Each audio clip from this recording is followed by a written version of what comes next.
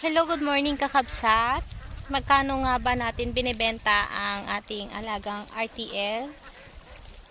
Ang ating mga alagang itik? Sa ngayon po hindi pa rin po tayo nakakapagbawas at naghahanap pa rin po kami ng buyer. Yan.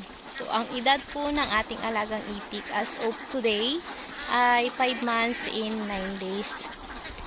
Binibenta po namin ito sa presyong 330 per head, negotiable pa po. Dahil nais na rin po naming makapagbawas dito sa alaga nating itik.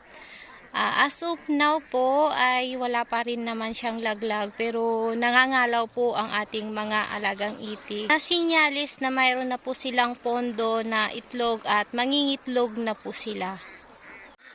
At isa sa mga sinyalis na hinahanap din ng mga spotter o buyer ay yung naghahabulan na yung ating mga alagang itik na barako at babae.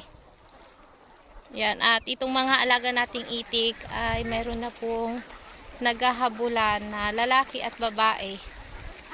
Yun, nag-aasawahan na sila. Kaya hinahanapan na rin po namin ng buyer para makabawas-bawas na po tayo.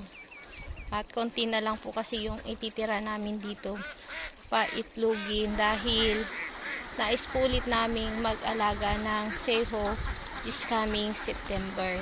Ayan, sa mga naghahanap po ng itik na pang poultry o isasampa nila sa kanilang housing ay binibenta po namin itong alaga natin.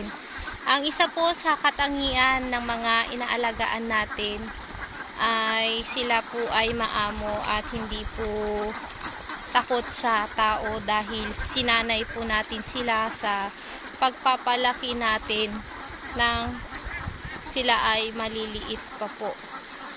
Bali, natututukan po kasi natin ito at nakakasalamuha po nila tayo na tinataboy ng dikitan, kaya kapag nilapitan natin sila ay maamo po kakabsat. Sabi nila kapag nagkakaedad ang itik ay mas umaamo. Nasa pagpapalaki at pag-aaruga rin po yon ng nag-alaga ang nagiging katangian po ng isang itik. At dahil sanay po itong mga alaga nating itik sa tao, ay hindi po sila mailap kapag nilapitan.